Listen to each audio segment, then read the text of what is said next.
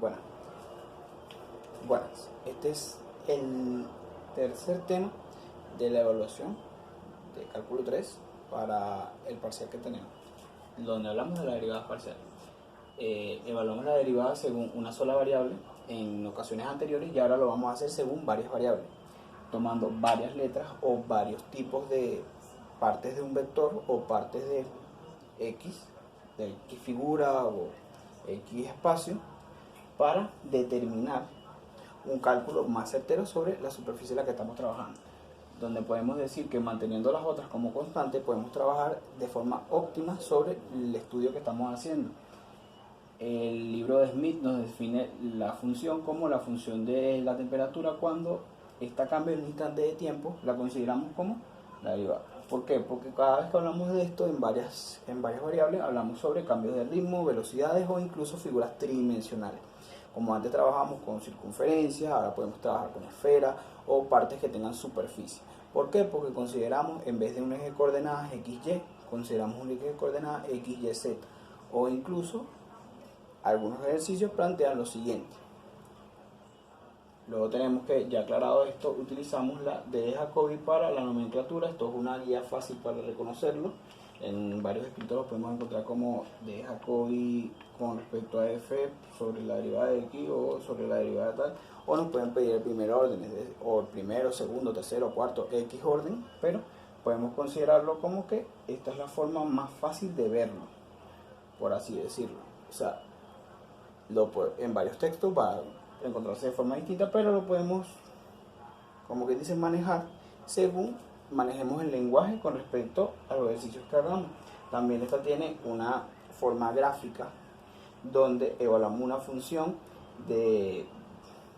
donde sus partes sean vectoriales distintos entre sí. En este caso lo hicimos con respecto a x y explicamos lo siguiente. Lo consideramos a x como a y a b como y. Explicamos el punto a y, le sacamos la pendiente, lo evaluamos según la curva, pero tomamos algo en cuenta, que es lo más importante, que es decir, aquí en este espacio tomamos a b como fijo, como constante. B es esa pared que reflejamos aquí en morado. ¿Por qué? Porque b es lo que dijimos al inicio, que es manteniendo los otros constantes.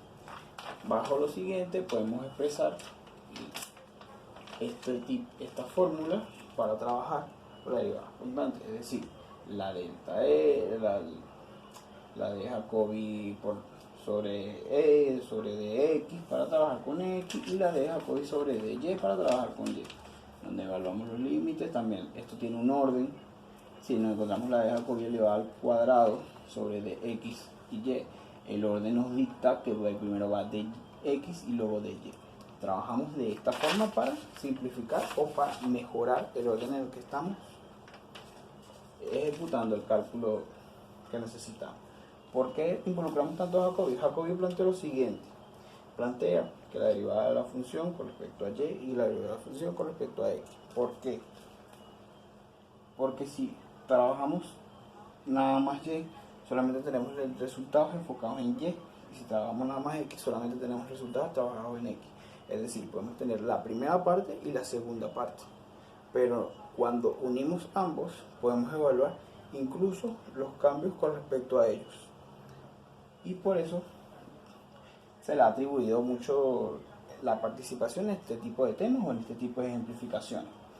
Luego tenemos aquí el cálculo. Hicimos un cálculo aquí ejemplar sobre esto. Primero consideramos la derivada de x, trabajamos el primer orden, consideramos todo como constante.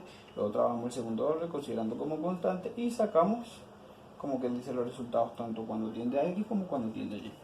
Bajo lo siguiente explicamos la forma en la cual trabajaríamos siempre y cuando esté participando x y y en la ecuación. También puede existir momentos en los que los valores conocidos o los valores que se interpreten en x y y no pertenezcan a x y y.